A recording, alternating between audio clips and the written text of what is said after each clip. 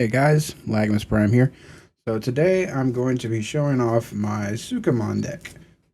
Now, this deck, I love it, and this new support has really made it really take off. It can do a lot of things now.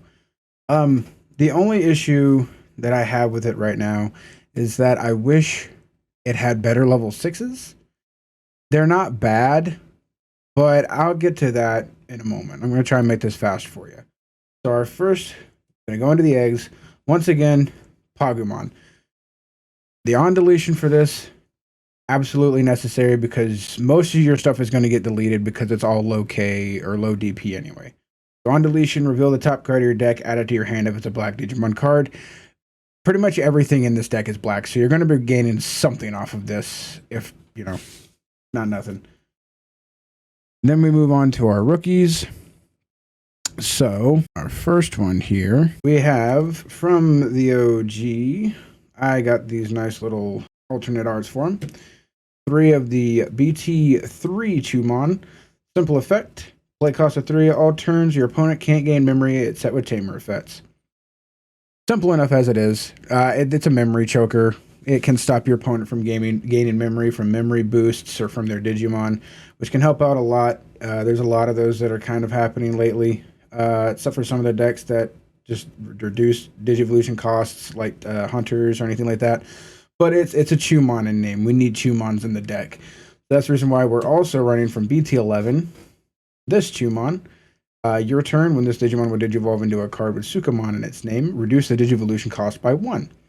Inheritable, on deletion, if this Digimon has Sukamon or Edamon in its name, you may play 1 Chumon from your trash suspended without paying the cost.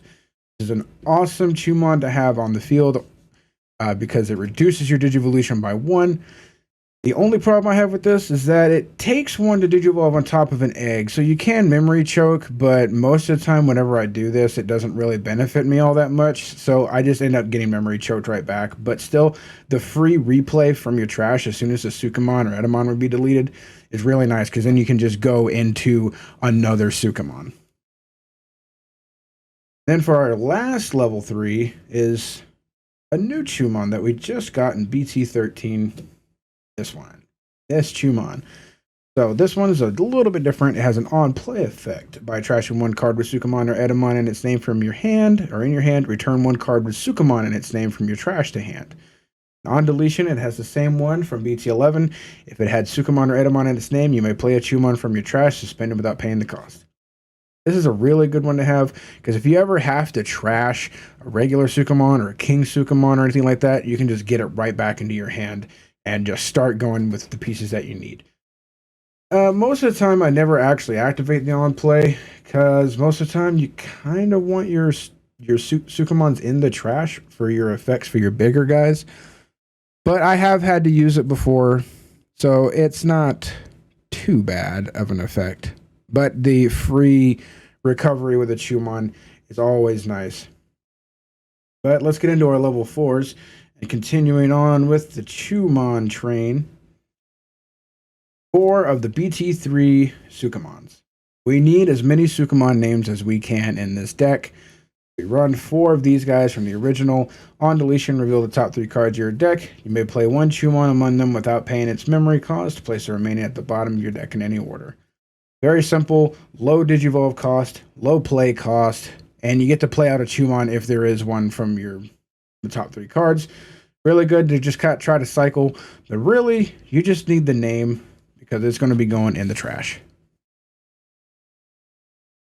Then for our next level 3 or level 4s, another 3 cost cheap Evo, another Sukamon from BT11. This is when we started getting some really good support for Sukamon deck.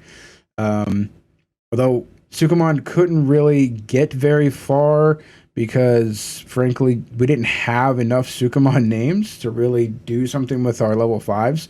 But now with this new set, we do. But anyway, from BT11, this Sukamon on deletion, reveal the top 3 cards of your deck. Add 1 card with Chumon, Sukamon, or Edamon in its name among them to your hand. And the better effect is trash the rest. So you don't put them underneath the deck, you put them in trash. So if you get 3 Sukamons, just grab one of them, trash the rest. Now you got 2 out of 3 Sukamons you need for KingSuka in the future. The inheritable, all turns. When this Digimon would be deleted, by deleting one other Digimon with Sukamon in its name, prevent that deletion. This has come in many times, very handy, because mainly our level 5, which I actually consider more of the boss monster, this protects it. And you'll see why in just a few moments. Anyway, now we go on to the last of our level 4s. A great new addition to the Sukamon deck, Platinum Sukamon. BT13. On deletion, D-Digivolve 1. Very simple ability, but people are pretty scared of this card, especially when you have 2 or 3 of them on the field all at once.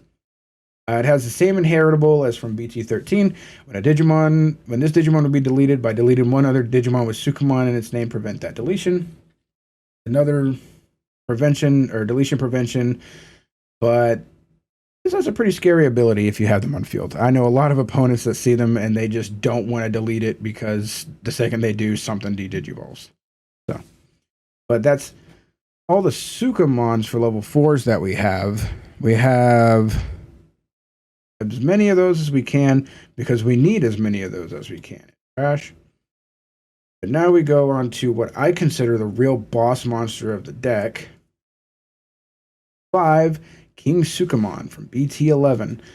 This is my favorite one because on play or when digivolving, if your opponent has 16 or more cards in trash, which that doesn't usually happen unless you're going against BLs, but the other one is, or if you have 3 or more cards with Sukamon in their names in your trash, you change one of your opponent's Digimon into a white Digimon with 3000 DP and an original name of Sukamon until the end of your opponent's turn. That is amazing because it stops them in their tracks. Say they have at least a level 5. I'll give an example. I was going against one of my friends, and he had a level 5 on there. If he would have had one more turn, he would have been able to turn it into an Alphamon, and then he would have done so many things with that. But I went into this, Digivolved for 3, passed his turn, turned it into a Sukamon, and he couldn't Digivolve into it. It was no longer a black Digimon, and it was a Sukamon, so even an X antibody wouldn't work or anything like that, and just stopped him in his tracks. Went back to me, I played out some more Sukas, and then swung at security, because this has an amazing when attacking effect. Each other Digimon with Sukamon in its name in play, this Digimon gains security attack +1. So if you actually manage to keep it your turn, Digivolve into this, turn one of the opponent's Digimon to Sukamon, he gains that extra security attack because it's not on your field. It is in play. So even if there's a Digimon on the other side of the field or on your opponent's side that is Sukamon, you gain the security attack. Mixed with these guys' inheritables, when the Digimon would be deleted, you can delete another Digimon with Sukamon in its name. Not on your side of the field. So you can delete their Digimon to prevent him from getting deleted if he swings into security. So say you have at least one Sukamon here, you have another Sukamon on your other side of the field because you turned it into that, swinging for at least 3 checks, 1, 2, 3, and say the first check was a bigger thing than 6K. Well, you can either pop this one to de-digivolve something, or you can pop your opponent's one to stop their tracks and have to make them rebuild. And then the swings would continue. You can pop this and then de-digivolve something else. But still, I actually consider this guy as the actual boss monster of the deck, not our level 6s. But he has the same inheritable as the Sukamons.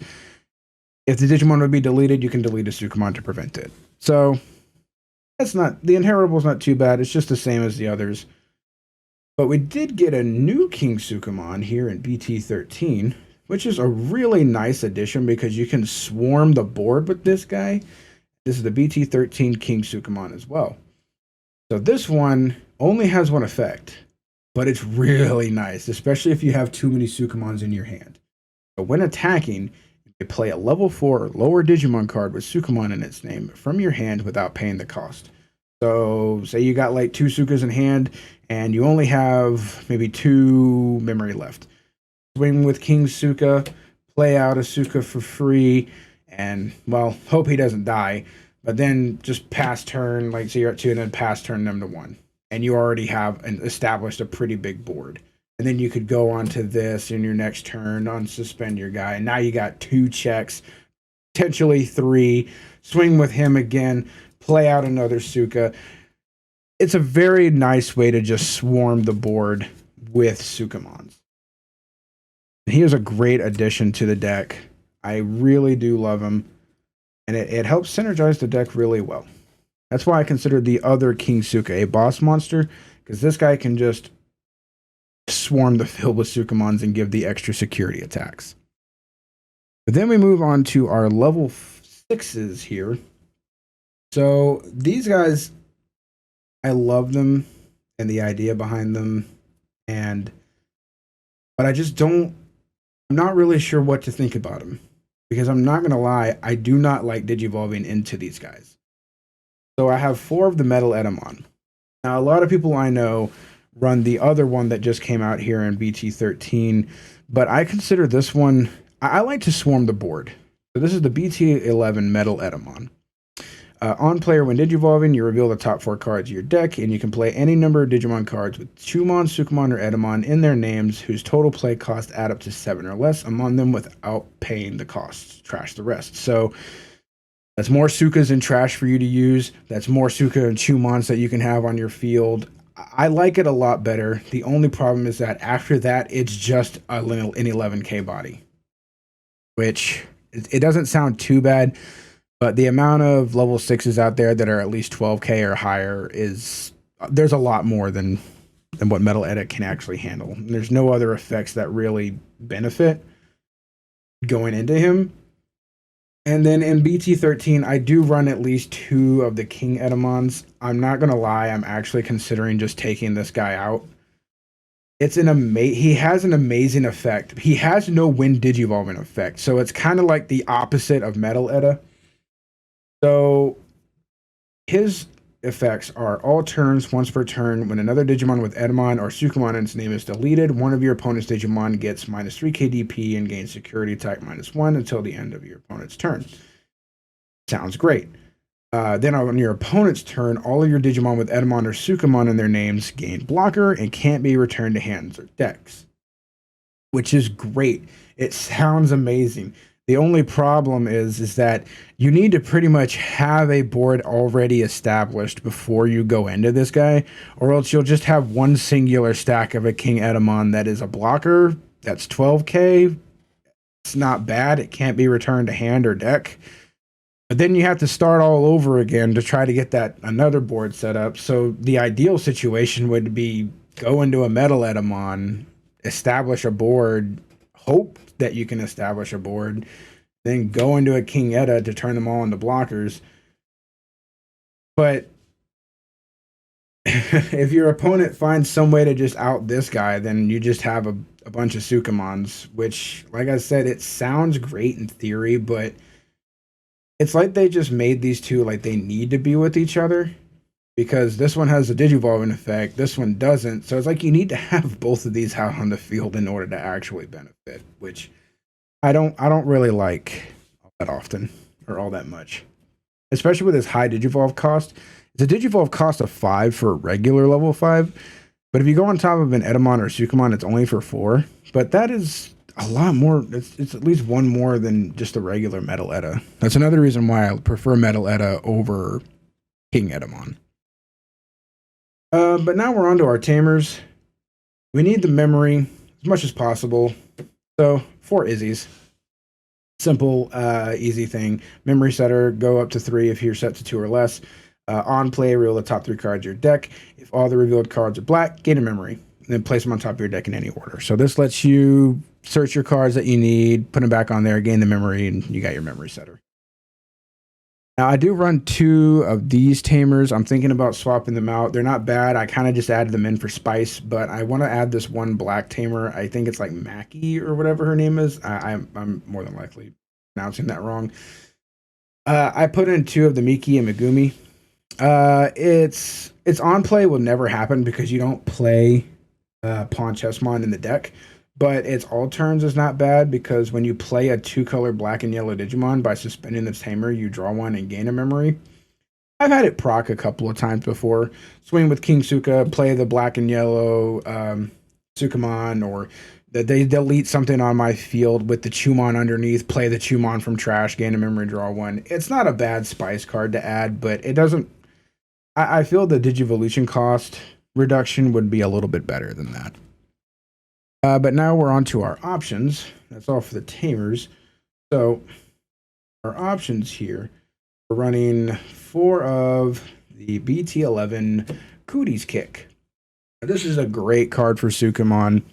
When you would use this card, if you have a black tamer in play, reduce the cost by 1. So you could play this for 1 and choke your opponent to just 1 memory or anything like that. I've done it numerous times before. But the main one is really good. Until the end of your opponent's turn, one of your Digimon with Numemon, Sukamon, Nanomon, or Edamon in its name can't be blocked and gains on deletion, gain 3 memory.